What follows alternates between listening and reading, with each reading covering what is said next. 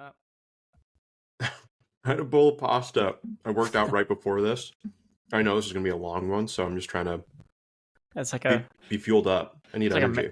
marathon prep.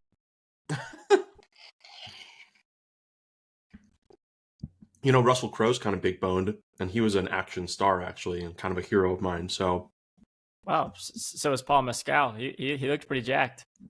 he did look pretty jacked. Maybe a little too jacked. Just going to put that out there. Kind of unrealistic body standards for our youths. Yeah. There's a couple scenes we'll talk about later that I was a little confused by. All right. You know, John, a great man once said, "What we do in life echoes in eternity." And today we'll be talking about just how literal that turned out to be as we discuss Ridley Scott's 2000 blockbuster masterpiece, Gladiator, before diving into its freshly coronated echo of Gladiator 2. John, I know we've got a lot to get through today, but first I just wanted to ask, hi, how are you? What's up? Oh, I'm good, man. I'm good. I'm excited. I'm ready to talk about these movies. What have you been watching in the meantime? Oh man, so yesterday I watched this movie called Casualties of War. Okay. Been going through a lot of De Palma movies, and I mean that was a dark one. I don't know if it's one I'd recommend because it's dark, but it's really good. What year did that come out? I think 89. Yeah, and it's just like a Vietnam movie, but it's one of the best Vietnam movies I've seen, that's for sure. But it was very dark, tough watch. Then I watched Obsession, this was the day before, another De Palma movie. It's kind of similar to Vertigo. That was a weird one. All kind of just one of those weird plots, and inspiration for Old Boy too. If you ever seen Old Boy, it's definitely. God. So it's got to be brutal then. It's pretty brutal. Yeah, it's not as brutal as Old Boy, but it's like it takes some interesting turns. But the one I want to talk to you about is Sicario. So I watched Sicario, which I know you. I saw that. Yeah, I think we might have some issues here. I know. I was underwhelmed by it. I don't know. Like Okay. it was kind of similar to when I watched Zodiac. Like I think like I had this high expectation coming in. Everyone says this. Oh, this is one of Fincher's best. Mm-hmm. And I just like. I don't know. I couldn't get into it. I mean, it was good. Like I'm not saying it was bad. It just wasn't what I was expecting. And I think my main issues are just with Emily Blunt and Daniel Kaluuya. I just thought his characters were so weak and like unexplored. Oh, man. Okay. You didn't like Emily Blunt's character? Not really. No. Would you say it was more the performance or a combination of the performance and how it was written and directed? It was probably just how it was written. Like I like her a lot. Mm-hmm. I think she's really good. I really liked her in Oppenheimer. I think she's awesome in Oppenheimer. Oh my God. I don't know. She was just so like weak in it and just getting dragged. I know that was the point, that like they're keeping her in the dark, but there's just like nothing. I didn't learn anything about her or anything. I was just, I don't know. Oh man. I think that it's like, I think I probably said this, if not on the other pod, but I think I said it to you at some point. I think it's like one of the top 4 best female driven parts of like the past 20 years. I think it's unbelievable. I think it's knockout. And I think at least for me, I kind of like that she's getting ragdolled a lot because she's still shown to be strong in her own ways through all of that. But like at the same time, I feel like it's not trying to be like she's Scarlett Johansson as Black Widow. Like she's very much like she has her own weaknesses, and like some of that is like the fear of being a woman in these environments. Mm-hmm. And like the subtexts around that. I mean, her oh god, what is the name of the actor? Jon Bernthal. Mm-hmm. That scene is horrifying. That he's starting to strangle her. Spoiler for Sicario. But anyway, I maybe in the future I would invite you to check it out in like a year or 6 months or something, see if you feel any differently, because I liked it when I first saw it, but it's grown substantially for me. So I hope that's the case for you, but that was my feeling when I finished it. I was like, oh, I wanted to like this a lot more. I need to rewatch it. I was also kind of like falling asleep, which I don't know how, but because I never fall asleep during movies, but I don't know. I just couldn't get into it. And I thought Benicio del Toro was great. I thought Josh Brolin was great. I did think Daniel Kaluuya was like bad, and like they just threw him into the story. Like there was no reason to bring him along, I know she wanted him there or whatever, but I just didn't like that. Yeah, I do agree his character could get more. I think it's intentional in some ways. Like they're trying to like really silo and like insulate her from anyone that could like give her reason to opt out of this, so they won't get her license to like do these activities anymore. But yeah, I could agree with that take. Well, but the last movie I really wanted to talk about, then I'll throw it over to you, was Leprechaun. Now this is a The classic. OG. Oh yeah, this is a classic movie, man. So Jennifer Aniston before Friends, you know? Oh And yeah, yeah. I yeah, forgot that. Was this like kind of how she like made her bones? I think so, man. I was That's looking into that. crazy. Yeah, I was looking at that. She did a couple things, but this one, yeah. I mean, this is one of the worst movies ever. I think it's terrible. But like, I have this weird thing where I watch a bad movie like this, and I'm like, I gotta watch all 8. Like, I want to know what else Well, happens. I mean, not to spoil anything, but I think the second one has like one of the more famous like original memes of a movie of all time. Do you know what I'm talking about? No, I know, and don't tell me because I got the second one on my plate. It's coming Okay. up. Okay, give it a watch and let me know because we have to talk about when it pops up. For reference, like I only know about the second movie because it has like a scene that got like memed a lot in the early Okay. 2000s. I mean, my introduction to Leprechaun was in like middle school. All my friends watched Leprechaun in the Hood, That's and he not has a thing. Oh yes, it is. That's And I'm not a gonna thing. and I'm gonna send you at the end. At the end, he just gets a musical number, like he does a rap, and it's like it's a pretty good rap, and he's just Wow. rapping in like a nightclub, and there's a lot of quotable lines. But I was familiar with Leprechaun before, but I'd never seen the first one all the way through. I'd seen it on TV before. Sean McKittrick quote of the episode. It's actually a pretty good rap. Let's see how that holds up after you watch it. Oh man, no, I mean I've already seen Lep in the Hood. Like Lep in the Hood is good. I think it could be the best one. I don't know. I haven't seen the other 8, but he says Lep in the Hood come to do no good. Like he's really Okay. Yeah. All right. he's good. Yeah. What about you? What'd you watch? So I've been watching a couple movies in preparation for this. Obviously, Gladiator and Gladiator 2. I also rewatched Alien Romulus last night, which, to be honest, I was a little hesitant to watch because I'd seen it recently when it came out over the summer, and I had been watching so many movies the past couple days to prep for this. And so I was like, oh, I just don't want to I'm still like digesting these other movies that I'm watching.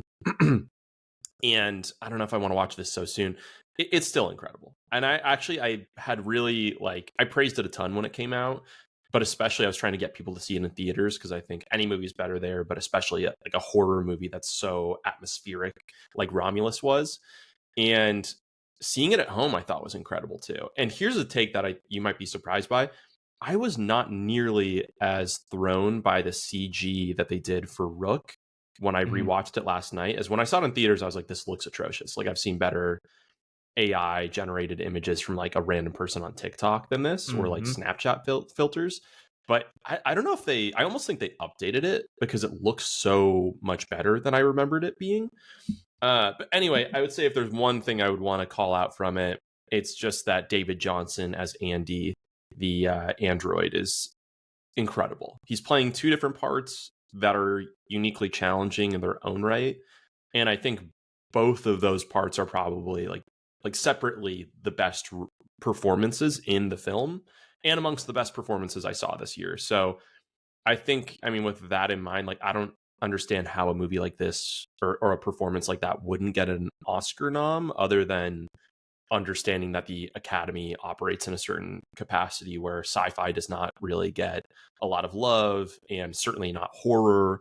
And he's probably too young, not having been in any other major films before, so they're just not going to give it to him. But I mean, I hope I'm wrong, but I would be pretty surprised if he were to get any sort of acknowledgement there.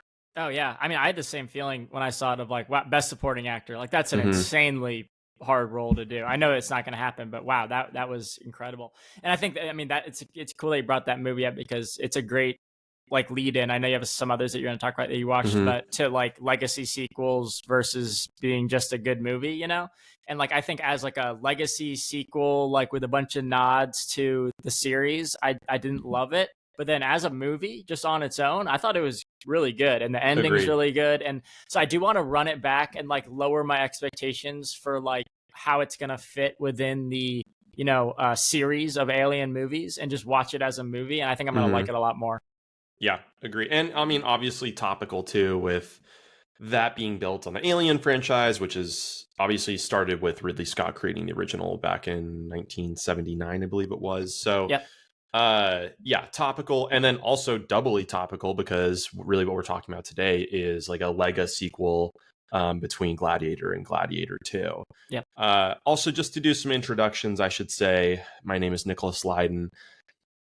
The Gladiator films are particularly big for me because I actually played the role of Bengal Tiger in the original film. So back in 2000, it was a pretty big one for me. I mean, you probably don't know my name from it, but really important role for me earlier in my career. And I didn't get to reprise it because Maximus did, if you remember, stab me through the chest with his gladius.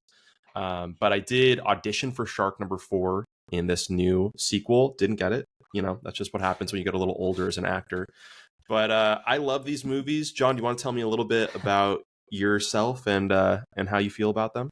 I do, but now I got to take out my part about the guy who actually played the tiger in the first one, the warrior tiger. I don't know what they call it. I think it's just like tiger or something. I don't know. His name is like Tigress. Tigress, yeah, Tigress. Yeah. So I got to take that out now.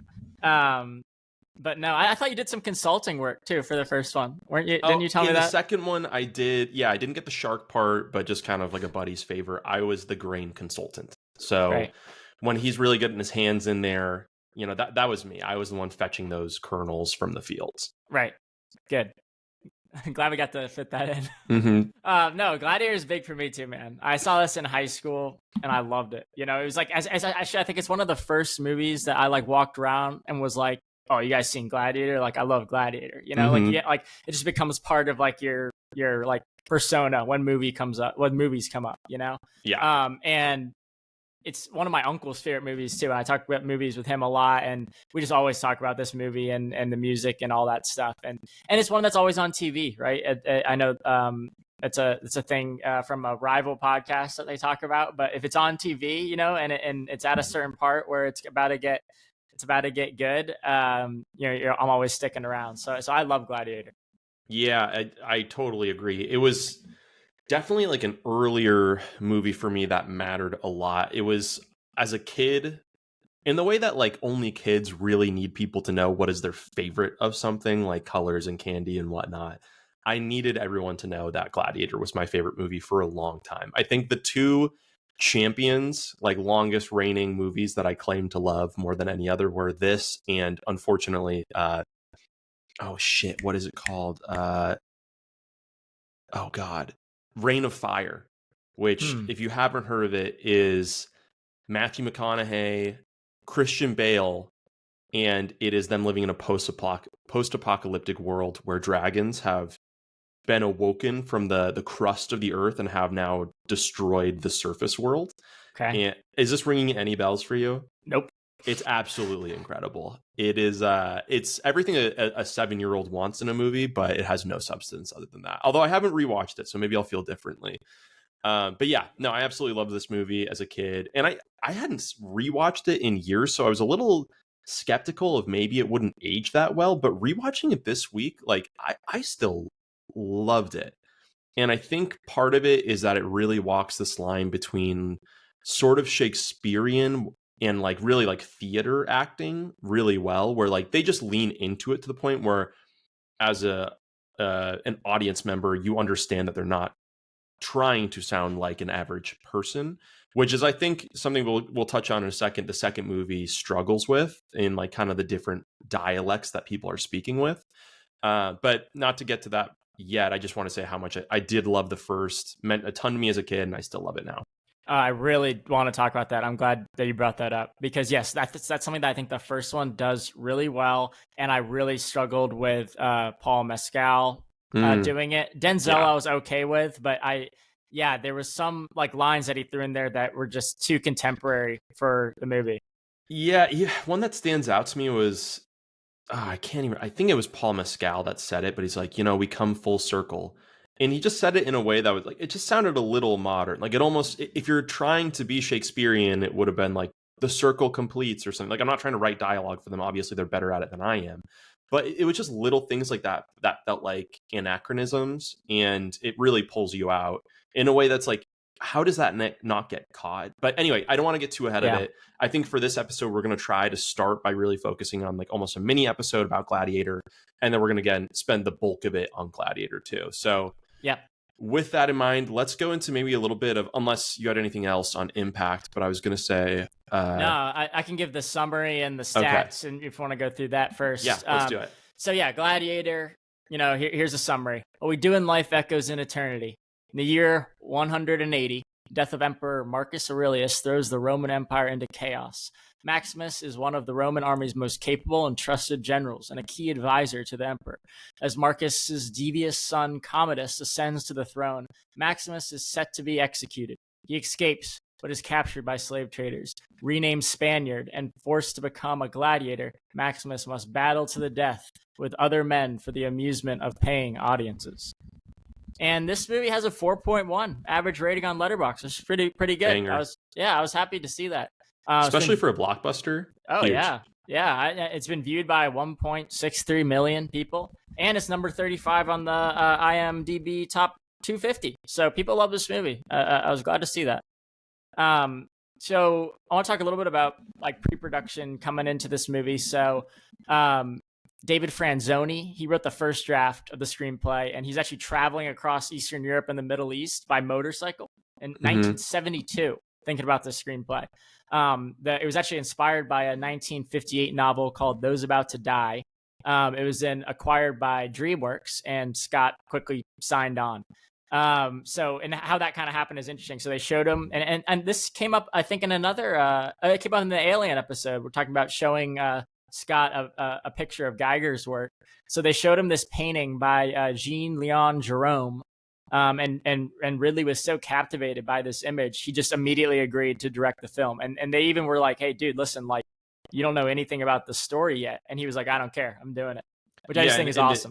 Oh, incredible. And the image, just to be clear, was of a gladiator within the Colosseum. And Ridley's response to it was like, it showed every bit of Rome's, like, it wasn't excellence. It was like its gravitas and its brutality at the same time. Like, there's really, I mean, so much of the symbolism of these movies can be summed up just by looking at the architecture of the Colosseum, because it so implicitly denotes that this is an advanced civilization with access to resources to build it, the science to maintain it, the culture and artistic acumen to like have the motifs to it and the statues and all of the culture surrounding it.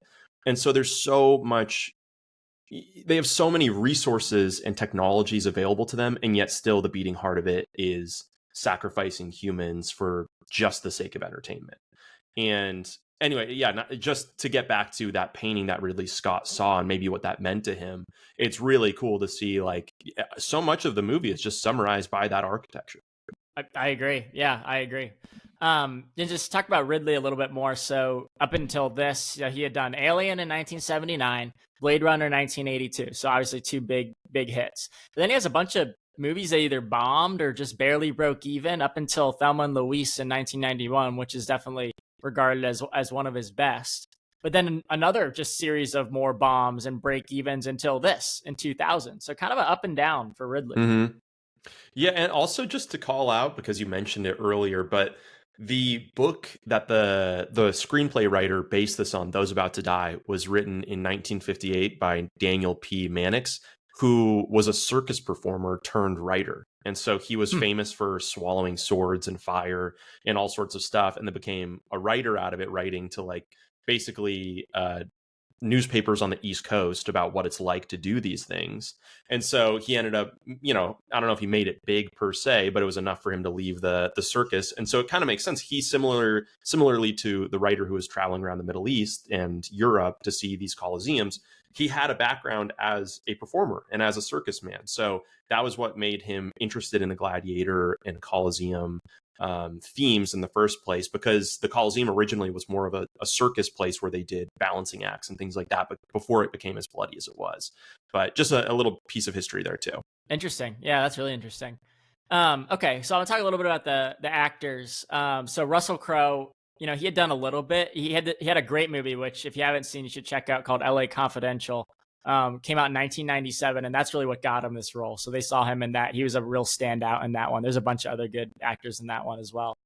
Joaquin, he had a bunch of small roles, but he sent a really great audition tape in, and they just loved that, and he got this part. They're actually also considering Jude Law, which I think Jude Law is also in LA Confidential. Just putting it out there, I think Jude Law, actually, I'm a huge Jude Law head. I Yeah. feel like there's been a lot of movies, especially recently, that haven't hit that he's been in, but I think he would have been excellent in this, especially as like a young man. I could have seen the sort of insanity that Commodus ends up having. Oh yeah, I mean, when I think about talented Mr. Ripley, I mean that's just like an all-time great Mm-hmm. performance. He's so good in that. I'm a big fan of him as well. Connie Nielsen, she was in a movie called The Devil's Advocate in 1997. She was in Rushmore in '98. And then Wait, that she's led in up. Rushmore? Yep. The Wes Anderson movie? Is it Wes Anderson or is it Thomas Paine? Unless there's two Rushmores, there might be. No, yeah, the Wes Anderson movie. Yeah. Who does she play in that movie? She plays. I love Rushmore. I should have written this down. She plays. Oh my god, is she might be the teacher he falls in love with? Yeah, let's see. Sorry, I'm not trying to make you do research on the fly. No, oh yeah, my god. Yeah. That's so funny. Have you seen Rushmore?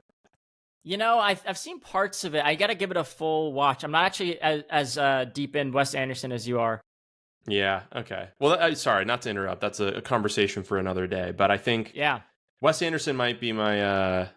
I don't know which director you would equate. Would it be like a De Palma? Maybe. I mean, have you just gone through all his old his old stuff? Yeah. Mm-hmm. Yeah. De Palma I've seen a lot of. And I think De Palma's like even less known than Wes Anderson, but yeah, I think it'd be a good comparison for us. Hey, one point to add on the casting piece and like the production process, because you mentioned Crow. Obviously, we're going to talk about him a lot today, but in the context of shooting this, one piece that came out is they started this filming process with the script like a third of the way through, if even. They ended up changing a lot of it. And some of it was changed because of the script. Some of it was changed because a cast member died, Proximus, the slave owner. But Crow at one point said that a lot of the dialogue as it was written was garbage. And the quote that, at least online, it says is he claimed he was the greatest actor in the world and could make even garbage sound good, which maybe he's right. I'm not sure that we can say that he's wrong just with how well it ends up turning out. Yeah.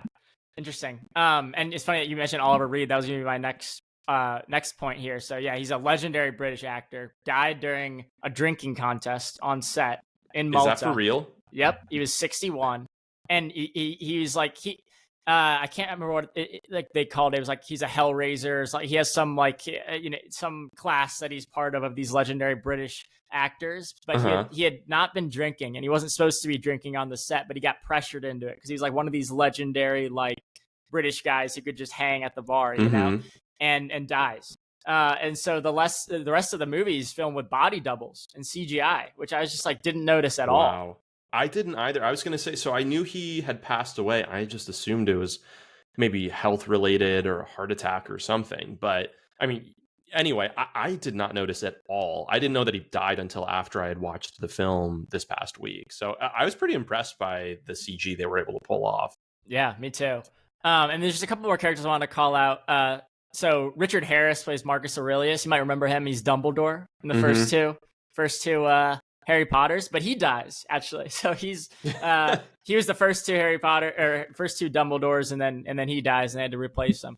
And then our boy Sven Ole Thorsen plays Tiger or Tigris. It's funny. He just I recognized him immediately. I was like, how do I know this guy? And so he has these uncredited roles in Terminator 2 and Predator. And then he has a name at least in Lethal Weapon. But I mean, that's 4 huge movies for like a kind of like a extra type role, you know, with this and Gladiator. So isn't that the dream, to just be an extra in like the background? Like I remember as a kid thinking, before I understood that the Star Wars movies were just full of CG, and I just thought there was 1,000 men in clone trooper outfits. I was like, that's what I want to do. I don't even have to be on the poster. Just put me in the suit. I'm walking around in a movie like that, let alone to be in 4 of them.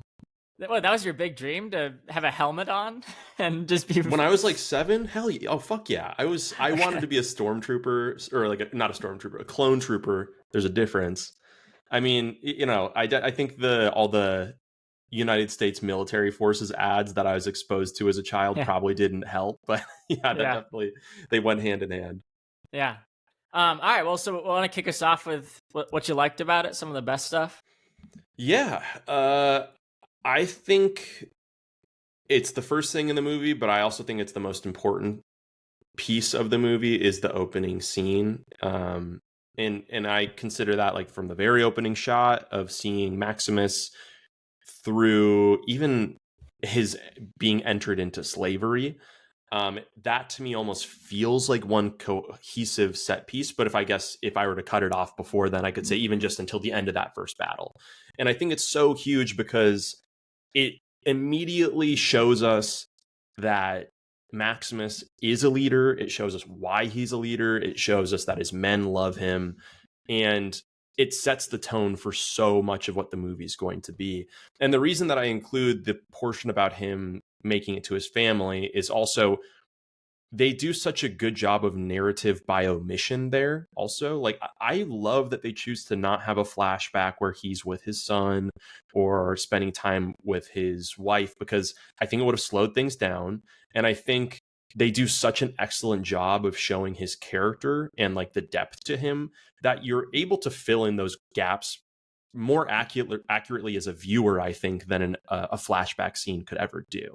So I think that just all of that does such a great job of now you know who these people are and the stakes involved. And we'll get to this later. I'm going to keep saying that throughout this call, but I feel like that's really distinctly missing in the second movie. But anyway, yeah, that opening sequence, I mean, all those narrative pieces aside, just looks incredible.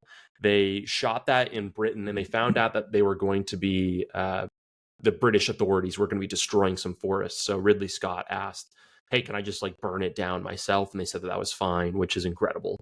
And the costuming is great. Like everything about it, I am like a sucker for that sort of stuff. So I love that opening sequence.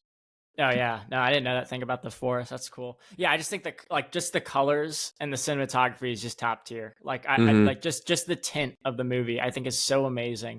I think Russell Crowe is so convincing, so good. Oh yeah. And it's to what we were talking about earlier, where he just feels like this. He feels like that guy in that period, and he does such a good job with this. I think the other thing, just to mention, like as a more of a general thing, is I think it's one of the best soundtracks of all time.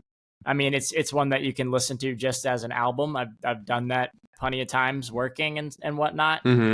Hans Zimmer obviously does it, and I just think it's just incredible. And just create some of the most iconic, pieces ever. I do have to say, one of my nitpicks for later is we have to acknowledge just how similar some parts of the score sound to Pirates of the Caribbean.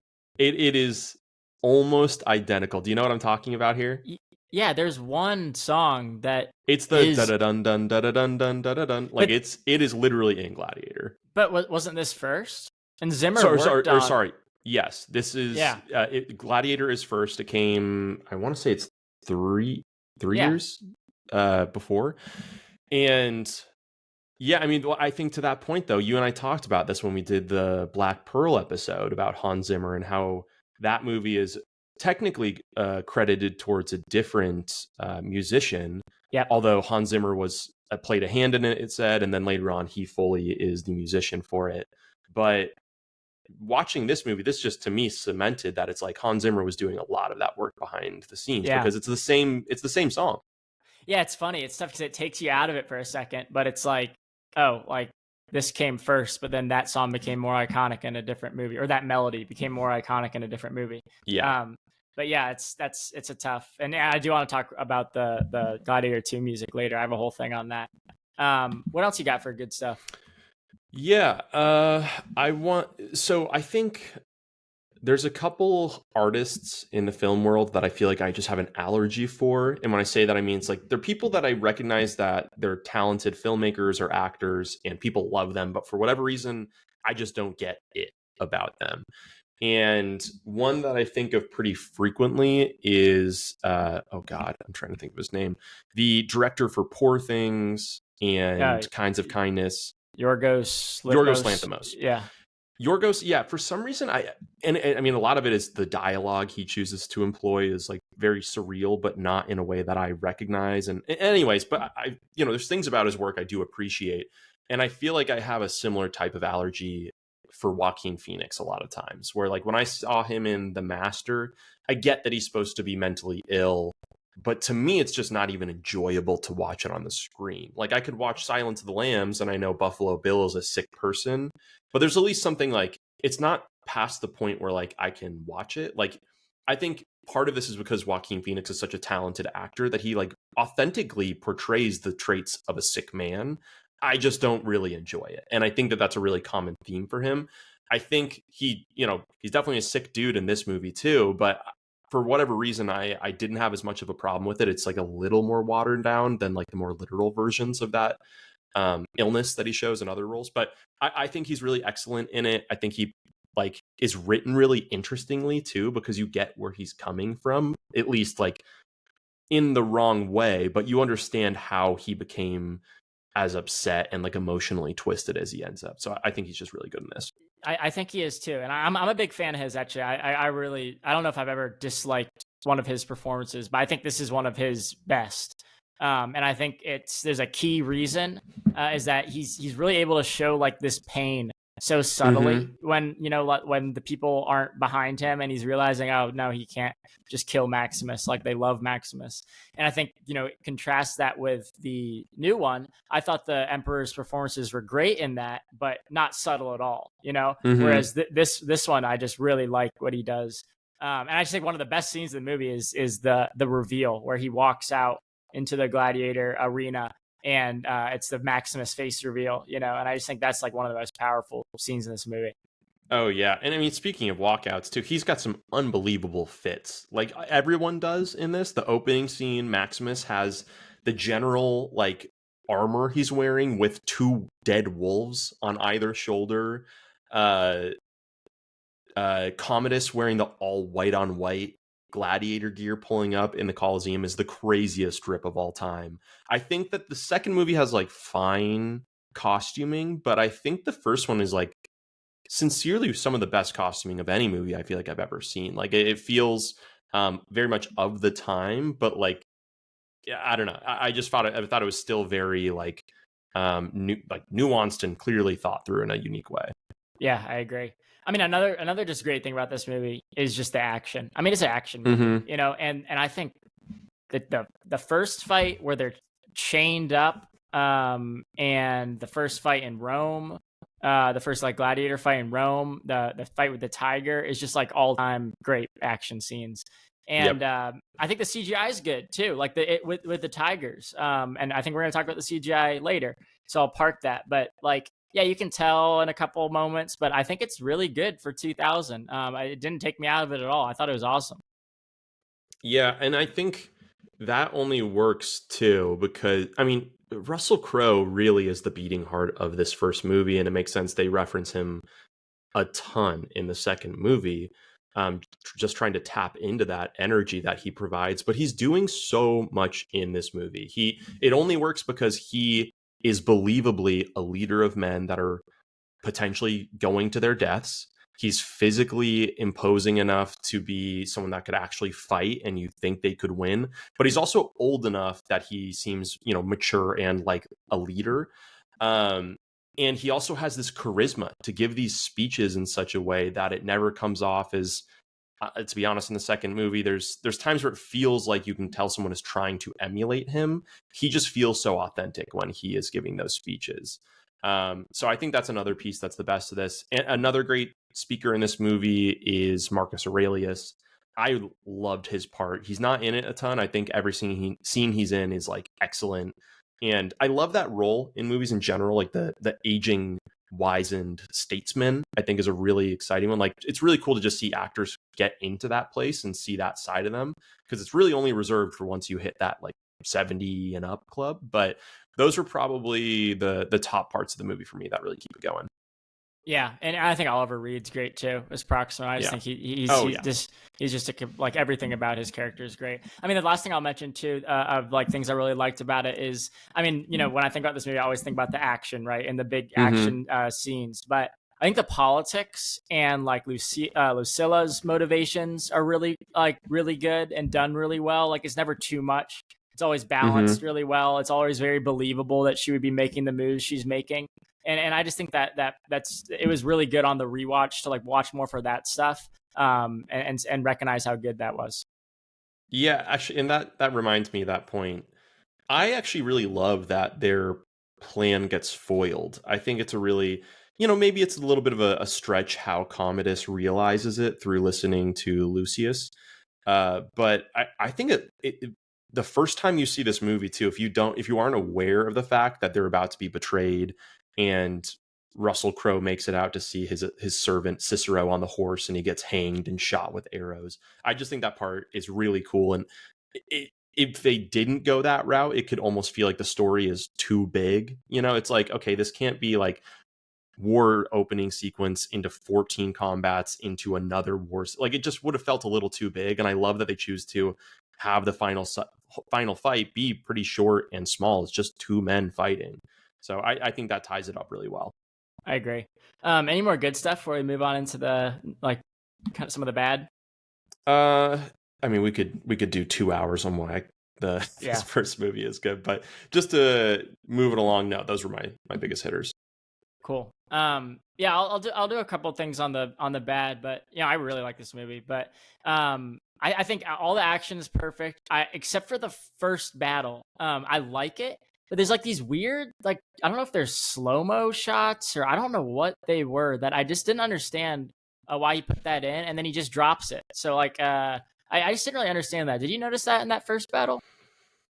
Yeah, honestly, I think slow-mo just kind of had a weird moment around the like turn of the century and kind of mid to late 90s, early 2000s, where people were experimenting with that. I can't really get into Ridley Scott's head much past that, but I just give that as like a sign of the times. Yeah, I mean, that one's a minor thing. I think the real big one that everyone has an issue with is Joaquin hugging his father to death. I mean, that's I don't think it hurts the movie, but yeah, that's pretty ridiculous. It's an odd way to kill him, but I've never really had an issue with it. Like, it's, if anything, I think it's a more interesting death than like the traditional pillow over the face smothering. So I don't have any qualm with it. Yeah, it's just the logistics of it. Like, I think he could have like got his head out, taking a breath. He's a sick old man. He was about to die anyway. Yeah, maybe. What do you have for some of the bad stuff?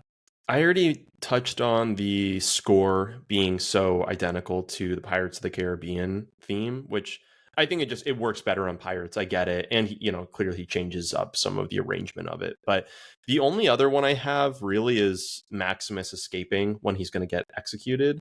I just don't think when there's a dude like execution style with a blade to your neck that you could hop out of that. It's even a little unclear of how he like headbutts backwards if the sword is there. There's kind of a convenient cutaway there, but those were really the only things that came to mind for me. The rest of it, I'm willing to just kind of suspend disbelief because I think it's so entertainingly and convincingly done that I just think it's more fun to not to worry too much.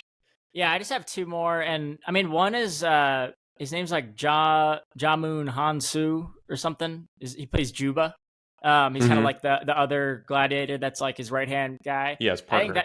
That guy's pretty weak. Honestly, I think he goes on and he's better in bigger movies. Like he's in Guardians of the Galaxy. He's in Quiet Place. But I just didn't think he was that great in this. I think they could have gotten someone a little better. But maybe you need Russell Crowe to be so strong and like maybe a better actor wouldn't have helped with that. I don't know. So that was not a big one for me. But I think my only like real issue is the ending, and then Juba gets like the ending scene also with like I don't remember what he says, but he gets like the last line, and it's like I just think it should have closed with Maximus seeing his family in the afterlife again, and not like that little like kind of ramp down at the end.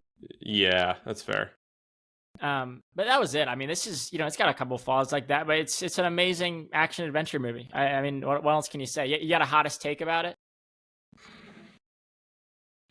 My hot takes are saved for the second one. That's where I'm kind of combining the two, so I'll hold off on those for now. You know what? Let me save my hottest take for after we wrap this one up, because I think it leads right into the conversation on the next one. Okay, Um, got it.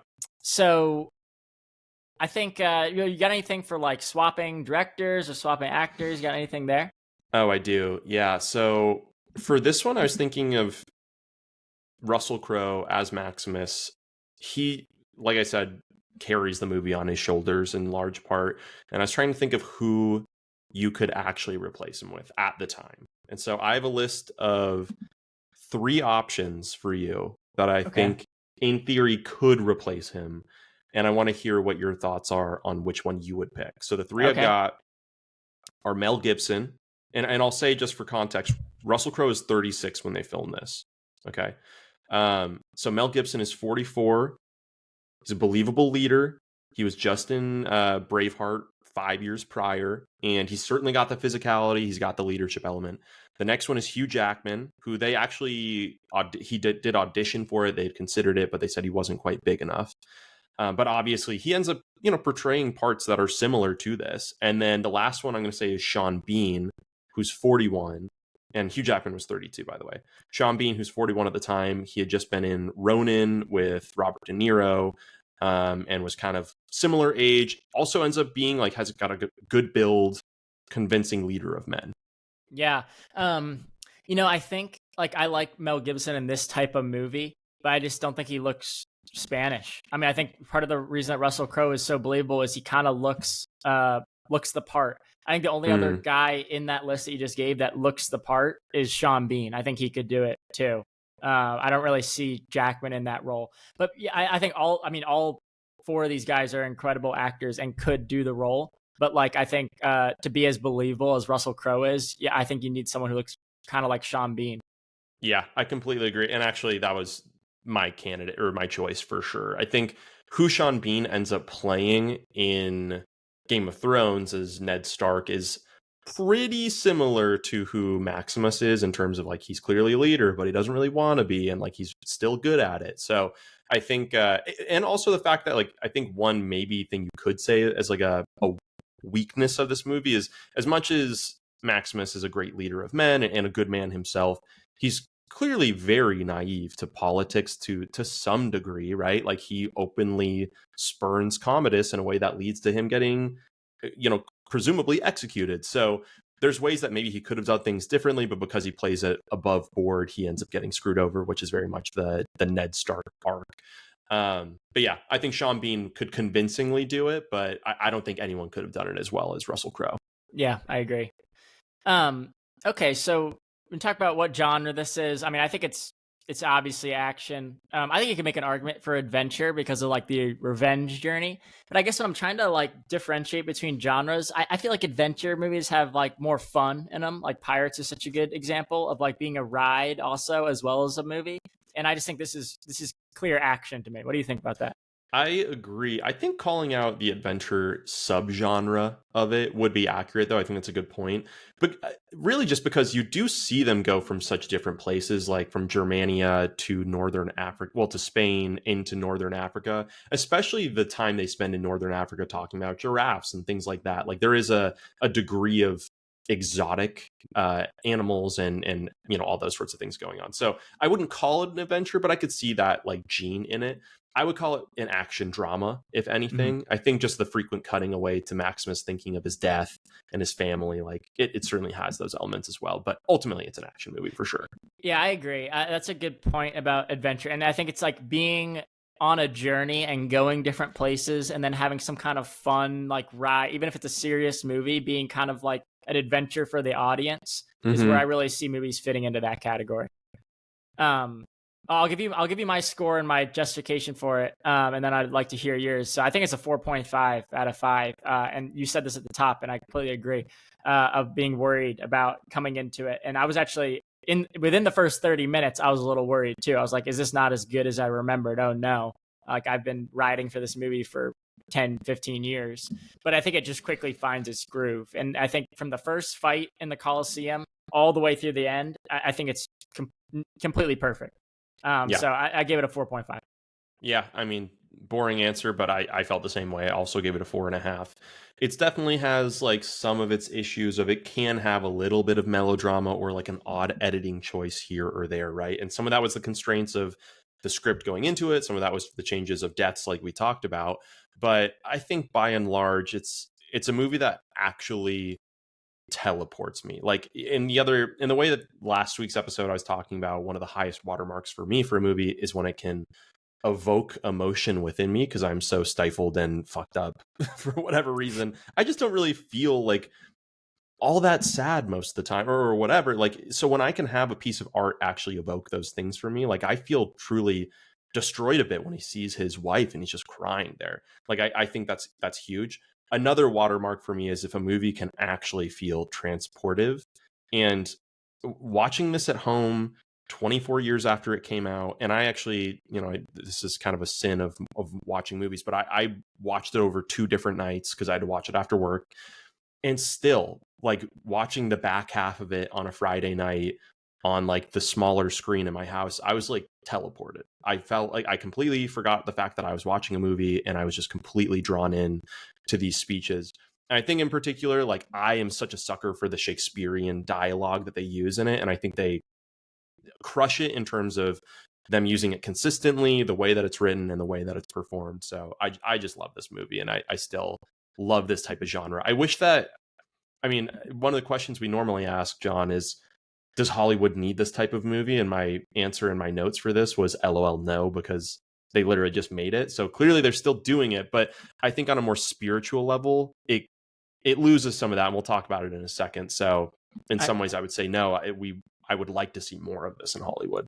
Yeah, and it's it's funny that you mentioned like the emotions you feel during it. Like I get very affected by movies, and like I'll like not cry, but like you start to feel that like sensation of about to I would cry. never. No, I wouldn't. No. But I'm about to say this one I was like crying. Like like this one really gets me. I don't know why. But like this when he's with his family at the end, and it really gets me. I don't know if it's the music, but this movie for whatever reason makes me feel like a lot of emotion. And segueing into the second one, nothing. I felt literally nothing for it. Yeah. But I think we'll talk about that later. Let me give you this. It's not a hottest take, but it's a take that will kind of lead us into the next discussion. Okay. So, forgetting about what you just saw the second one or what you knew about it going in, is there any indication at all at the end of seeing the first one that Maximus is Lucius's father? Like, there isn't. Somehow people thought that, because I talked to my friend yesterday and he hadn't seen Gladiator 2 yet, and he had just watched Gladiator 1 for the first time, and he was bringing us up, oh, is he like they kind of like they hint at it, or there's kind of there's confusion. I'm like, really? I've never ever suspected that at all. That's complete cap. Anyone that's saying that there was a subtext of that is pulling that out of their ass, because it just isn't.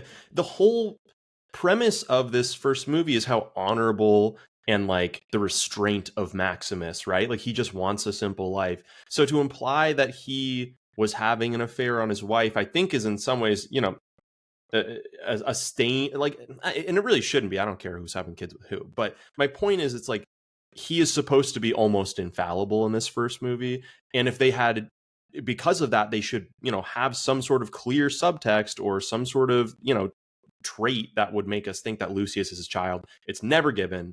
We never, I don't know. I think it's a silly take. Yeah, it's tough because and my friend, like he I believe that he didn't read anything about the new one. He actually was like had that question in his mind, and I just had never. And I think other people have too. Like they leave that first movie and think there's something more going on. But I think we're going to talk more about that in a second. Do you want to kick us off on Gladiator 2? Yeah, Gladiator 2 obviously just came out this past weekend. Again, directed by Ridley Scott. We really don't see a lot of the same cast. We have Lucilla is back, and then one of the senators is back. But other than that, I don't think there's any recurring people. The cinematographer came back for this from the original film. But yeah, I mean, it's doing well at the box office. They actually released it, I believe, a week early internationally, and it's been doing really well, which is, I mean, we don't talk a lot about the financial side of these movies necessarily, typically, but it is an interesting film to think of in that way, because, obviously a lot of film does get made if not within the United States, is produced by United States-based companies, and so because of that, it has a lot of our point of views, a lot of our sensibilities, and because of that, it doesn't always match the international market in certain ways, although, they do try to think of it.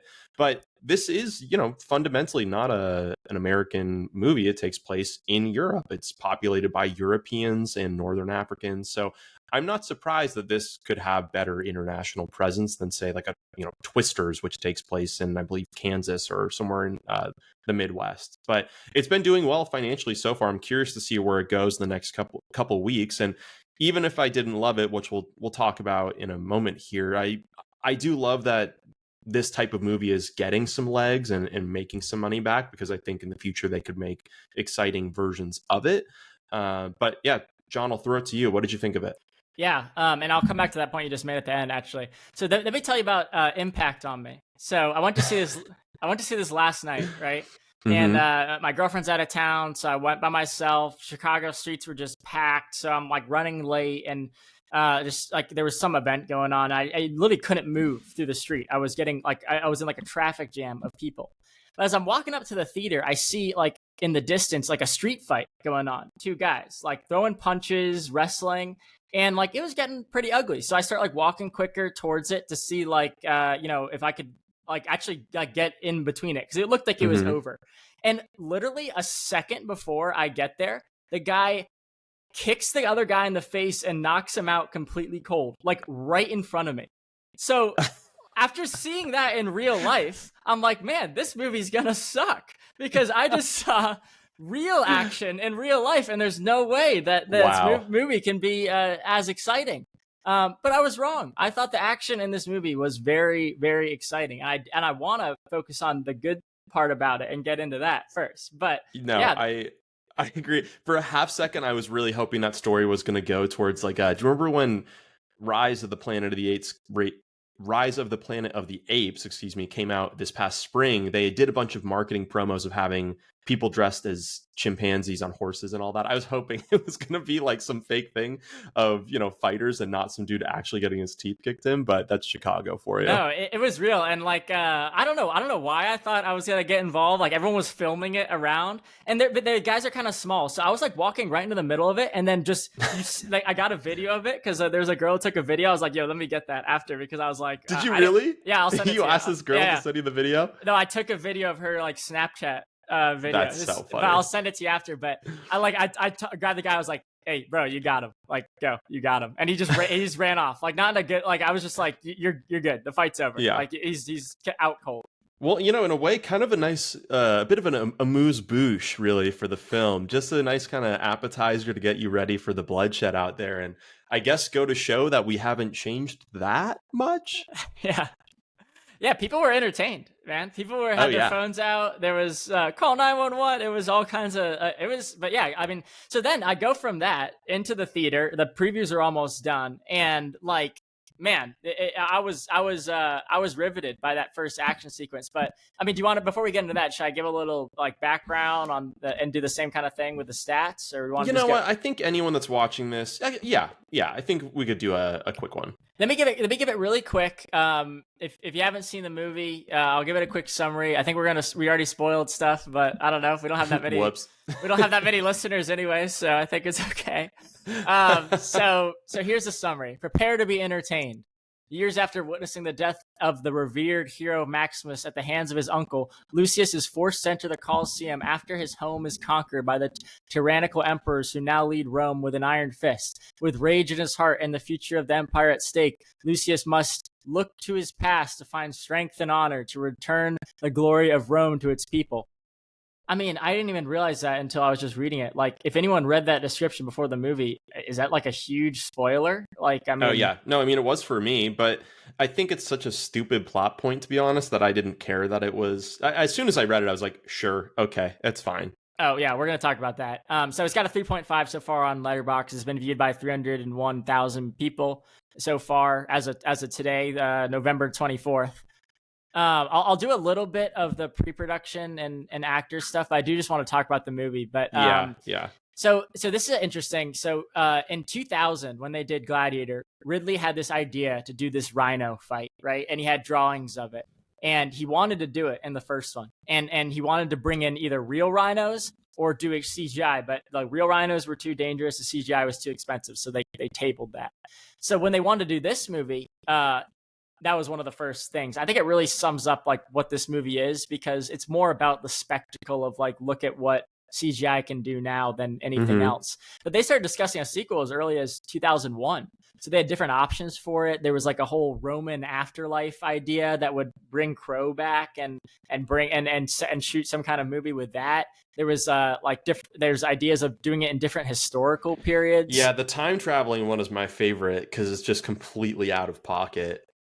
I couldn't believe that when I was reading it. But yeah, I mean, they finally announced actually doing it in 2018. But I mean, so really, and it makes sense that they wanted to do it as like a sequel, like closer to the original, but they just couldn't get it off the ground.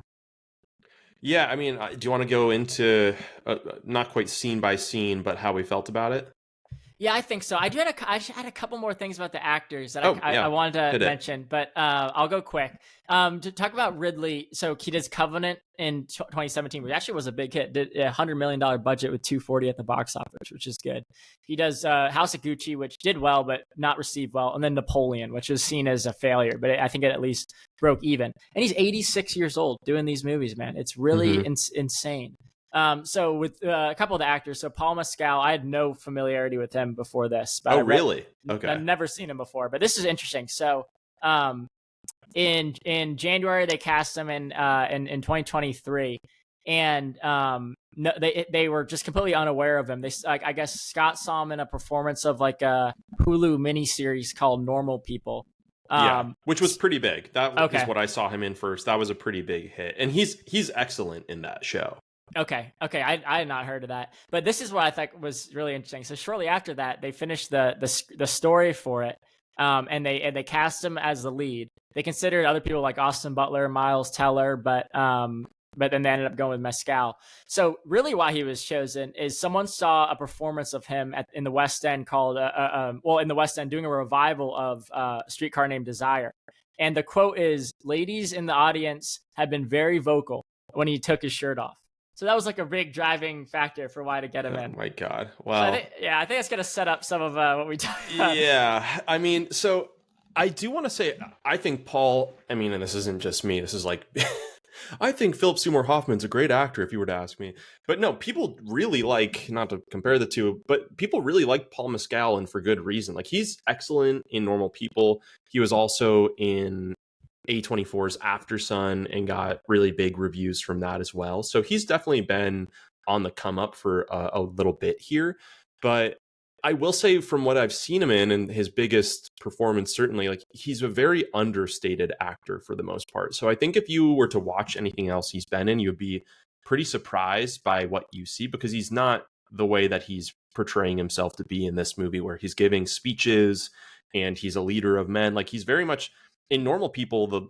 A huge part of the story is he doesn't really have people that are actually his friends. No one really knows him, and he does it incredibly convincingly. Like, it was an excellent show.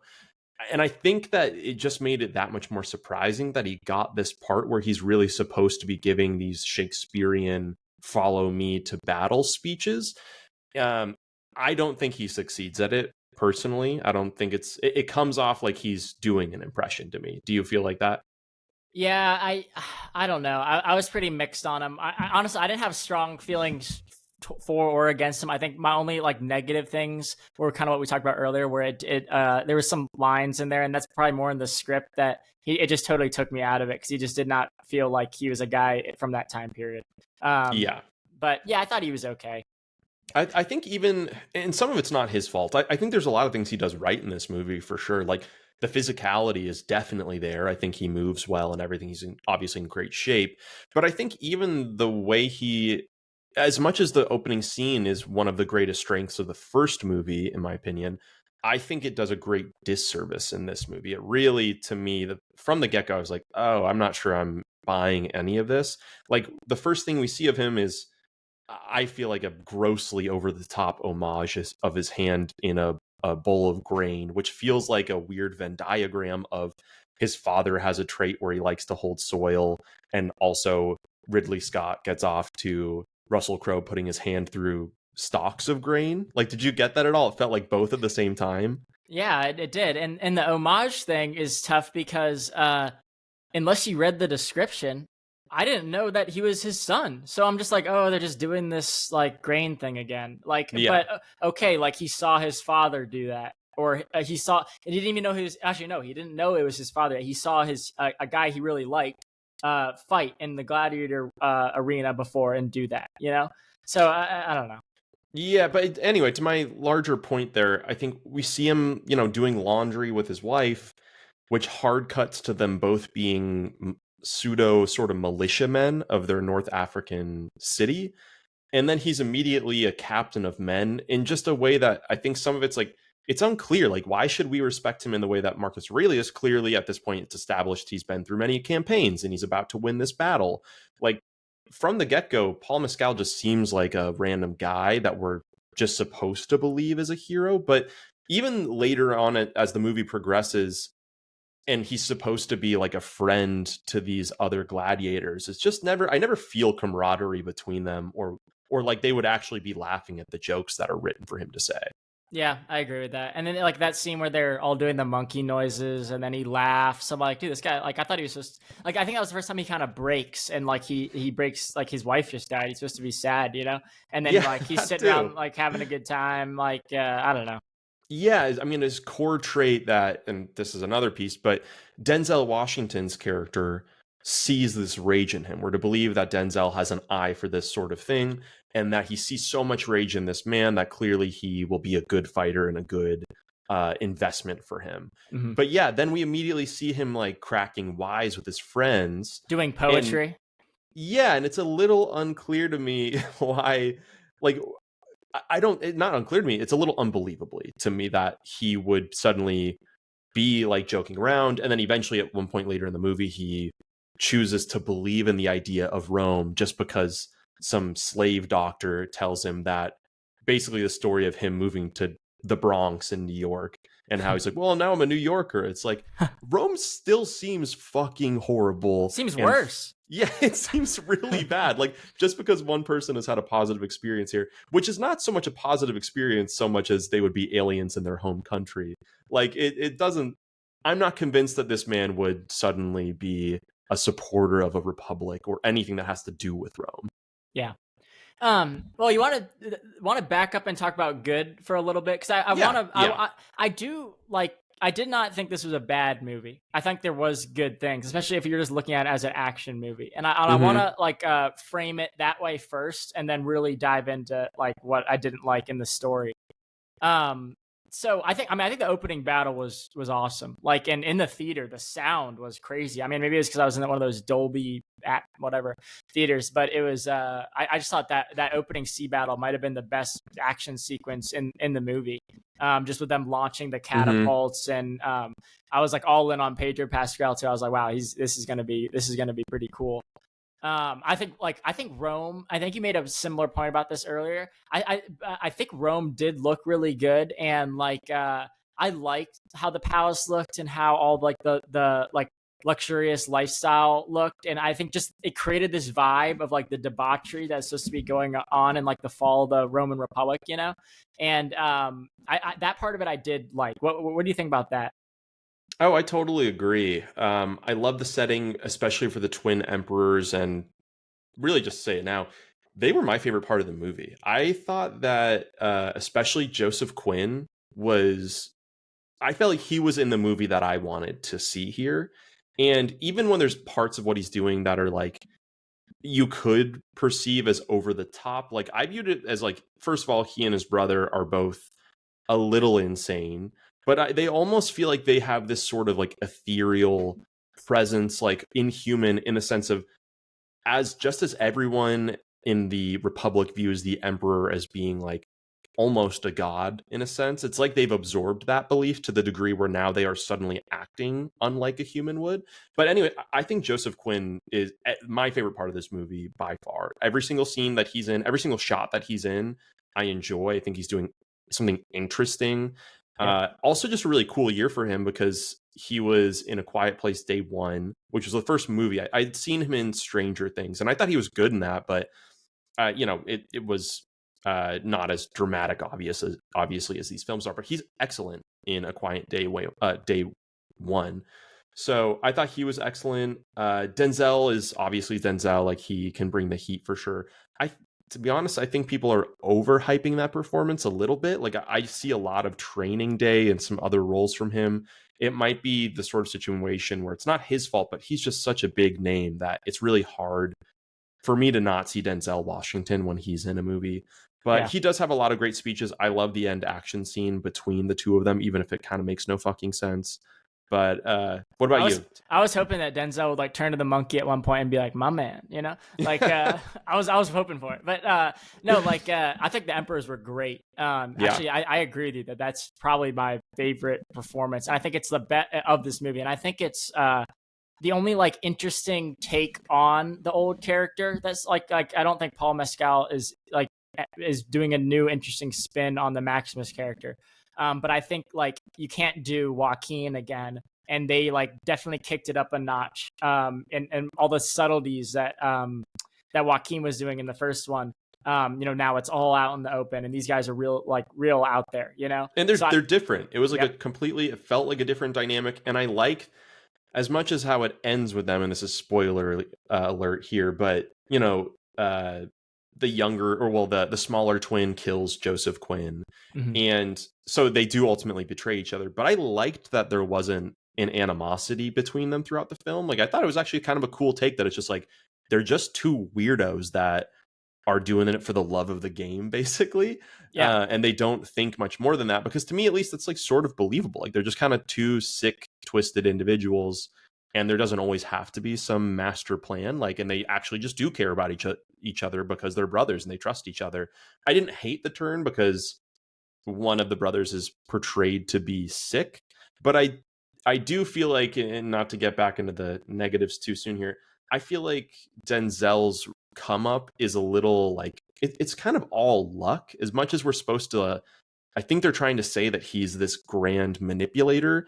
I mean, fundamentally, like the reason he even has a seat at the table is because he just is gambling against Paul Mescal winning these unwinnable fights, and he wouldn't know that. I mean, it's like the ultimate like gambler's fallacy that just wins him everything. Yeah, I had a problem with that too, though, because right away he's in like the box with the emperors. Like, how did he get there right away? Like I just thought I that didn't make Yeah, sense. I guess they have the one throwaway line that, in addition to, like, unlike Proximo, who is fundamentally like a, a gladiator owner, Denzel's character also supplies arm or like weapons to the army. So I guess he is supposed to have his hands in multiple piles. But yeah, that's Yeah. kind of lazy writing. Well, so and on that point you made about Denzel, and like I think it's also why the Emperor's parts are great, is because like they are just kind of like buffoons and just enjoying all the great things that like Rome has to offer. They're drunk, they're doing drugs, they're really enjoying like everything. And there's not a lot of animosity between them that you see. But because Denzel is this master manipulator, or he's propped up to be, he's able to then take advantage of them and get them to turn against each other for his personal gain. And I liked that. I liked that like Mm-hmm. he was so easily able to like flip them against each other. Yeah, what did you think of Pedro Pascal? I thought he was pretty flat, actually. I mean, I think it wasn't his fault. I think he's an awesome actor. I really liked him in The Last of Us, and I haven't seen him in any movies before. So I thought that he's really good, but the part is just, there isn't much for him to do. I just feel like he's pretty 1D. I completely agree, and I think that the cinematography even isn't doing him a lot of favors. All of the scenes where it cuts to Lucilla's, sort of quarters or palace, wherever she lives, it almost feels like a different movie. Like it feels like the rest of Yeah. the movie when they're in the Colosseum. It's it's wide shot action. It's whatever. Even the color gradient almost feels different when they're in this sort of heavenly garden of her courtyard, and it doesn't do Pascal any favors when it's already written a little flatly. I think the way that he's talking in the movie doesn't really make sense. Like this, I think one of the biggest problems of the movie is they don't in the first movie, they commit to the Shakespearean style of speaking and stagecraft. And in this one, they go back and forth to such a degree that I think it hinders quite a bit. Yeah, I agree with that. I mean, another good thing I like about it is I thought the CGI rhino was really cool. I liked that. I did actually really like that combat. I think the guy standing in the saddle on it was even just like a really cool design and conception there. Yeah, I agree. I thought the CGI baboons and sharks were not good at Terrible. all. I didn't have a problem. Were the sharks bad too? I think I might have been a little checked out at that point. The baboons were actually terrible. They didn't do much with. I was a little checked out too in that sea battle, honestly. But there's a first shot of the shark, which is really bad. But then once the guys start going in the water, it's fine. But I wanted to give you a little bit of history actually on the Colosseum. Yeah. Okay. While we're talking about the animals, so. I read an article about this. Some expert, right, who's all up on all things ancient Rome. So I guess rhinos would appear in this type of event, but they would be fighting other rhinos. So like the Colosseum was an opportunity to like bring these animals that no one had seen before and like put them on as a spectacle and to see these exotic animals. But they wouldn't have like a guy riding a rhino fighting other guys. Like that would just never happen. They would bring in exotic animals like monkeys. But like the flaw in that fight was gladiators would never be chained up. And I didn't think about this, but it's really interesting. The gladiators were seen as like the prized fighters. So they wouldn't set them up to like die. They would put prisoners in that situation where it was like in the sea battle, they would put the ship that was supposed to be the Persians would be all prisoners because they would just get wrecked by the Romans, you know? But the gladiators were they're like boxers or UFC fighters. They were like more respected as entertainers. So they wouldn't have been thrown into the situation where they're chained up, like being like fighting these like vicious baboons. That just wouldn't happen. Wow. Yeah. On that note, one thing that I did read was they actually did have a sea battle at one point.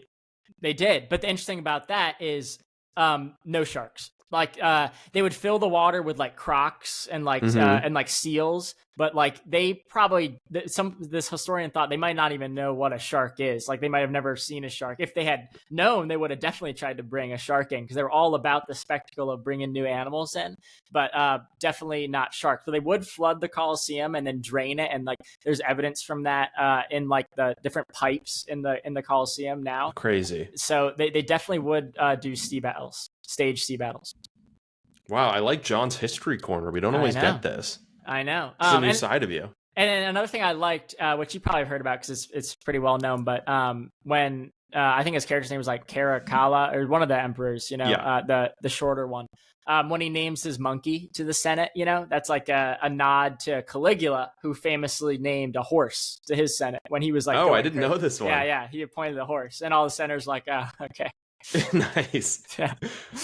So that's an interesting one. I had one other good thing. Yeah. And I guess it's kind of good and bad because you mentioned earlier. I did think the fight with Denzel was pretty cool because I just getting to see Denzel fight with a sword and like into it, yeah, and like both armies watching. I did really I did enjoy that final fight. I think I'll talk more about if I enjoyed the ending later, but I did like that. This is just a quick call out.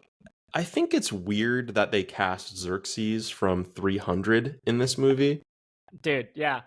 Did that not immediately sort of take you out of it? And to a greater point, well, actually, yeah, I don't know. Did you have that feeling? Yes, and then also to the predictability of this movie, I was like, "Oh, he's going to be dead immediately in this baboon fight." And they give him nothing. He's like lays down and dies. Yeah, it's kind of weird. It's kind of like really limp dick about it. Like at least like at least show that he threw a punch or something.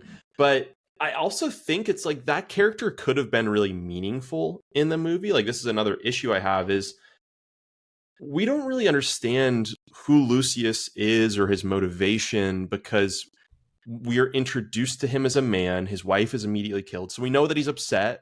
We know that much. We don't really understand it fully. Does he remember being a child living in Rome? Like he references Maximus and stuff. So he sort of does, but it had been so long.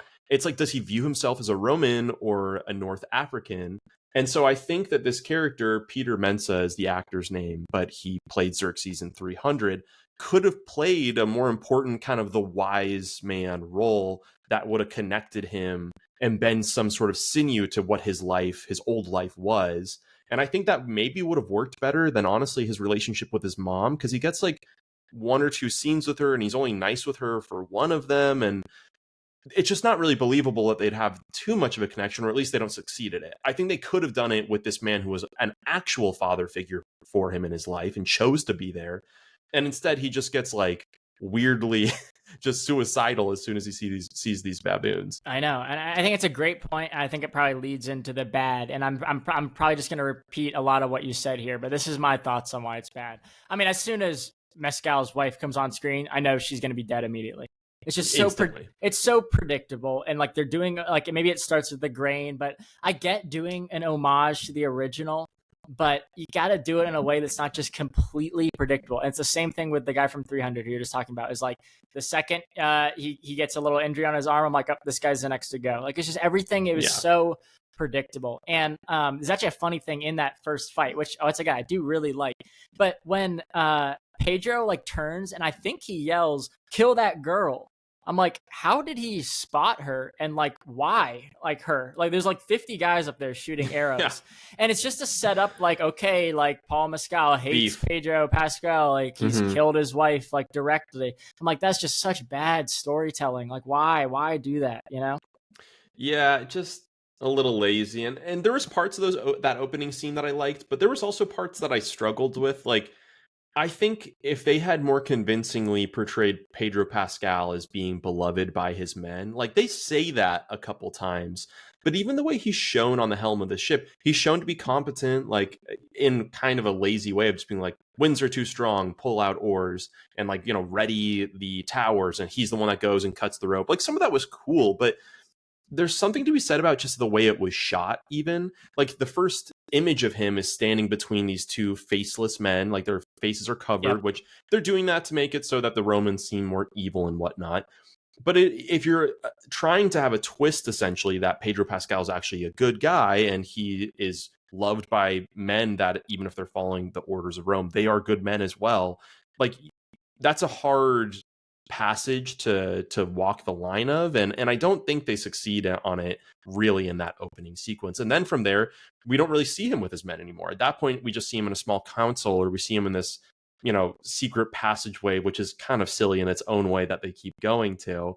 And I think even the shot where he gets betrayed, where like all those arrows get shot at his men in the like crypt or wherever they're going through, I was like, oh, okay, well now we're kind of seeing him with men. We're seeing like the value and strength that his character is supposed to have, but I don't think they set Pedro up to win necessarily. Yeah, I mean, his setup as a great leader is that bridge scene where it's like, oh, he's putting his helmet on. Everyone's like, no, the general. And then he gets to cut the rope. And then they're like, wow, this guy's like, he's not just going to sit back and watch the battle. He's getting involved, I'm like, all right. I think that he's a huge name, so they put him forward in the marketing. And in some ways that also influences your understanding of the movie, because he's not really that big of a part of the movie. Like he's in it, but no. I don't feel a huge weight when he gets killed, really. No, neither do I. I mean, my real issue with it though is why does he have to be Maximus's son?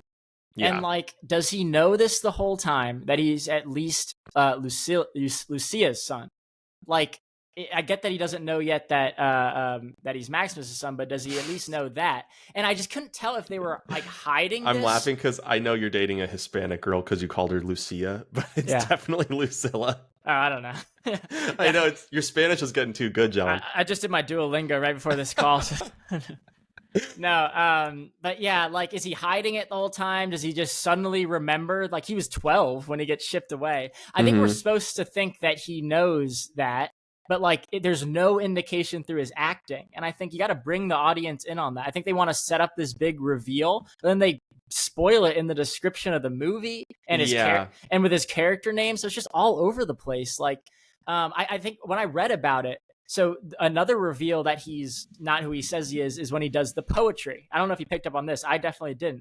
But the poetry is supposed to reveal his Roman education. There's no way he would be able to recite that unless he grew up in Rome. So I was like, okay, I guess. Like, I didn't get that. Yeah, I'm a little rusty on my Virgil, to be honest.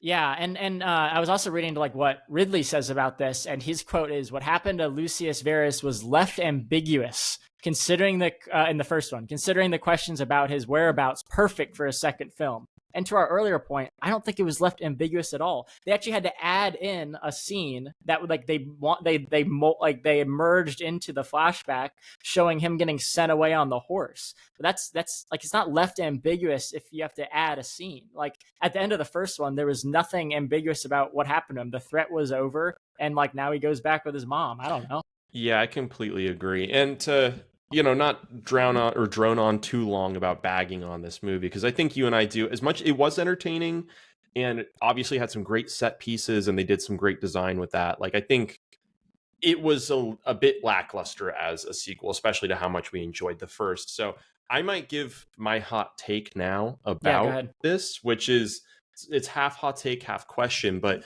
does this movie almost make the first movie worse? Like I almost, and my case for that is even from the opening text of this second film where it basically they say Maximus's dream failed. It's like, well, in a sense that almost ruins the first movie because the whole point is that he gave this speech and he became embodied and became a martyr for the idea that we could collectively have power and there could be justice in that equity. And when you remove that and say that it failed, then the first movie ultimately ends up a bit pointless. And so I think that the argument that they were trying to go forward with this second movie is, well, actually, his death, although it didn't succeed directly, it did directly influence the people that would go on to make those changes that he wanted to set about. The problem is they don't do anything different. Like if his actions and sacrifice in the first movie led to them eventually finding a new path, but with the same belief system, then maybe there could be something of substance or new or meaningful of that discussion. But really, they're just like, well, it didn't work the first time, but the second time it worked. And it's because it also makes it a little bit worse because it really is just the first movie again, except for the plot point of what if Maximus had been able to escape and get the army. That's really, I mean, it's the same plot Yeah. of there's an army outside of the gates that are loyal to the general. If they come in, they can take over and bring about change. So this is just saying the first one, it didn't happen. This one, it did happen. And if it did happen, then that means that we could have the Senate rule rather than an emperor. And so Yeah. I don't know. For all those reasons, I think it kind of cheapens what it's trying to idealize with the first. Yeah, and I think it comes into the conversation of like, is this even a sequel? Like when you make a movie 24 years later, is it a sequel? So I looked into this of like reading like why like Ooh. what happened with this. So Ridley is working on a third one now, and he thinks that the like depending on the success of the second one, which I think will be successful enough to do a Yeah. third one. It's supposed to be, a plot that continues the adventures of Lucius, and he likens the ending of Gladiator 2 to The Godfather Part 2. But The Godfather Part 2 came out 2 years later. And, he thinks, okay, now in his third one, it's going to be more of like an exploration of the character's realization that he's now has this reputation that he doesn't want, and more of like a character exploration than this one was. But I just like when you do a movie 24 years later, can you liken it to how other famous sequels are done? I came into this movie thinking it'd be more like a modern reimagining with better CGI of the first one and a totally new story.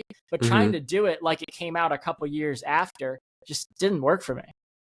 Yeah, I agree. I think if they made a third movie, I'd be very curious what they would end up doing because I almost feel like that would be the first sequel of the three. Because, like you said, this really is a very near remake of the first. I think comparing it to Godfather 2 is pretty hysterical in a lot of ways. But I think also, I mean, Ridley Scott's known for, Yeah. I think he claimed in some press conferences that this is his greatest work so far and things like that. So it's, Ridley Scott's definitely someone that's aware of how famous he is and the things that he says and the influence that can have. So a lot of that I almost view more as marketing at this point, but maybe he sincerely means it. I just don't know. I don't think anybody else does either. Yeah, and just like if who am I to say how he should make his movie if that's what he wants to do? And I guess it doesn't matter that it's been so much time. Like, fine, that's how he wants to do it, fine. But I think you got to write the character better because it's just all over the place. It's like he's mad at his mom, and then he loves his mom, and then he's cool with the guy who killed his wife because he loved his father, who he just found out was his father. It's just like I'm not buying it. It's just all over the place.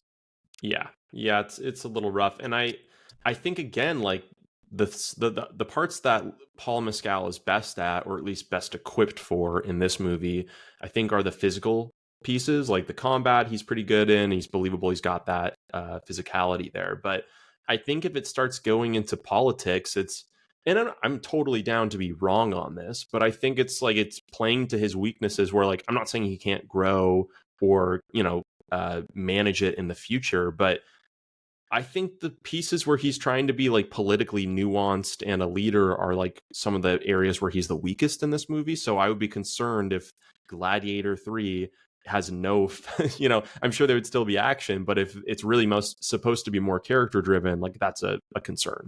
It's a great point.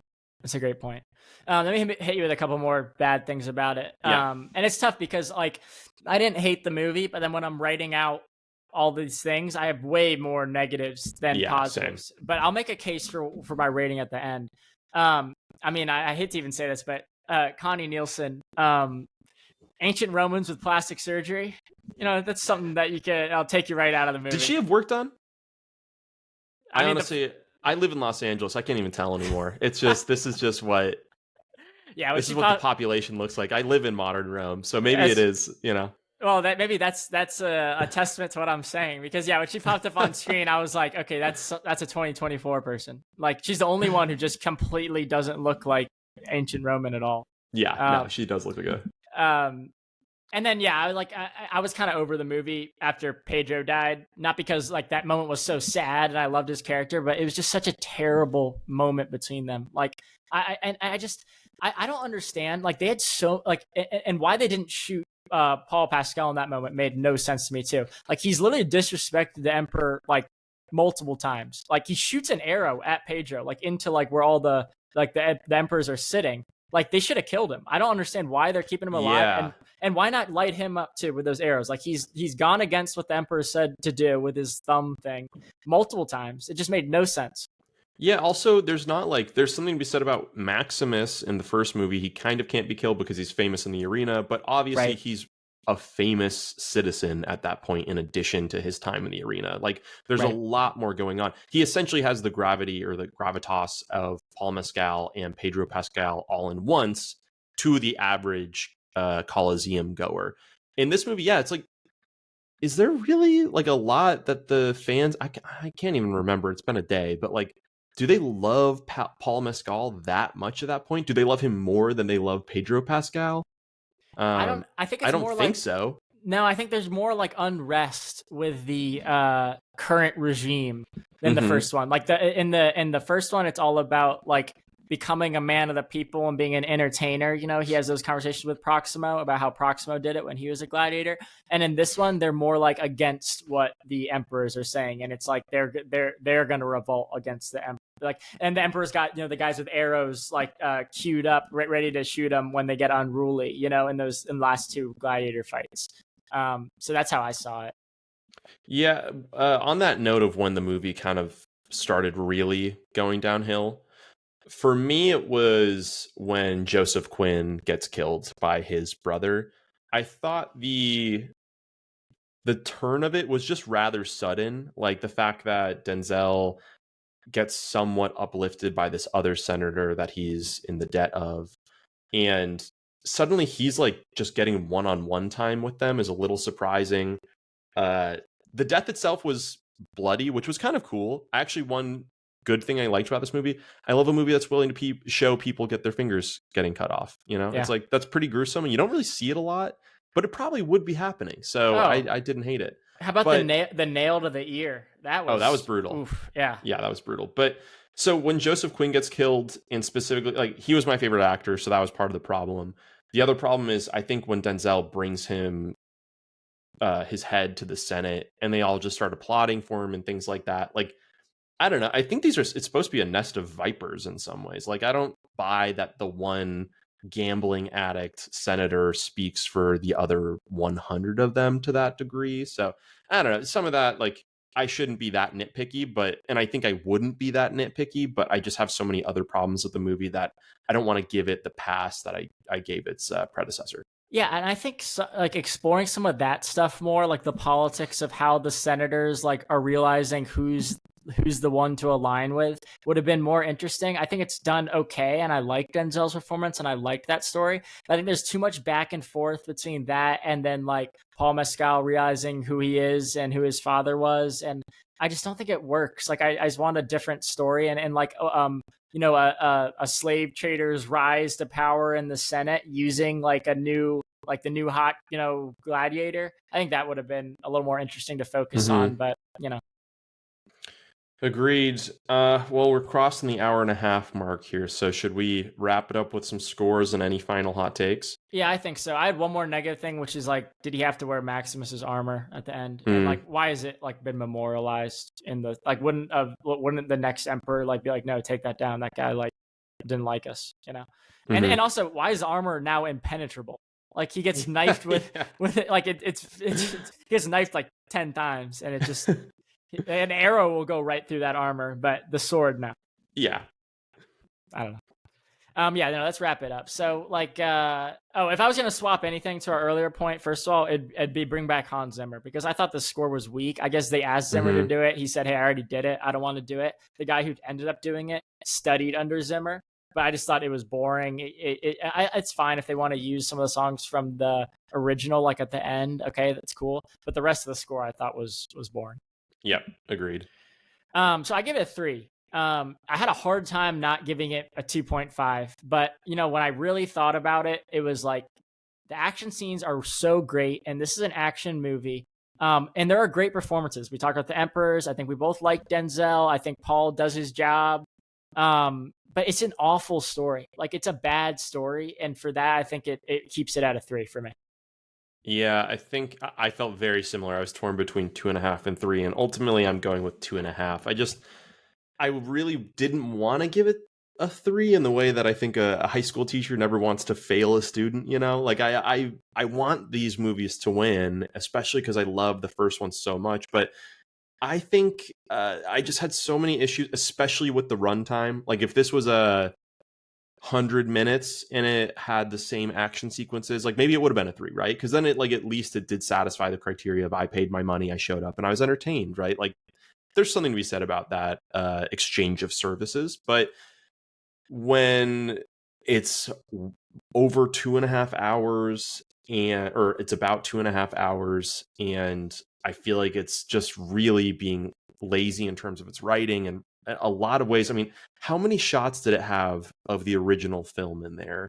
Like, I think that's pretty indicative of the issues it's having with its own momentum when it's constantly having to remind you as a viewer, hey, remember how much you loved this movie and how much spirit it had? Yep. Like, I think if that had been something briefly at the beginning or end, I'm all here for it. Like, I don't hate an homage, but I wouldn't truthfully really recommend it to anyone. So I think to me, I have to give it a 2.5, because a 3, I think I'd at least be like, oh, if you like the movie, see it. But I just and hopefully that'll change. Maybe in the future I'll look at this differently, but I don't really expect I'll ever watch this movie again.